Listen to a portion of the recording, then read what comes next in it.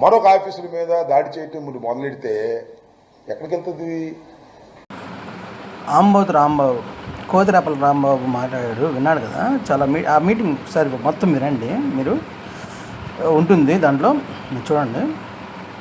కాదురా, ఇప్పుడు నువ్వు మనిషివి అనుకుందాం, మనిషి కాదులే, మనిషి అనుకుందాం.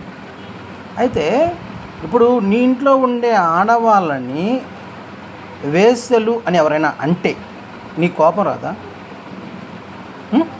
అమరావతిలో ఎంతమంది ఆడవాళ్ళు ఉన్నారు అర్థమవుతుందా? వాళ్ళని వేశ్యలు అన్నప్పుడు వాళ్ళ కోపం రాదరా?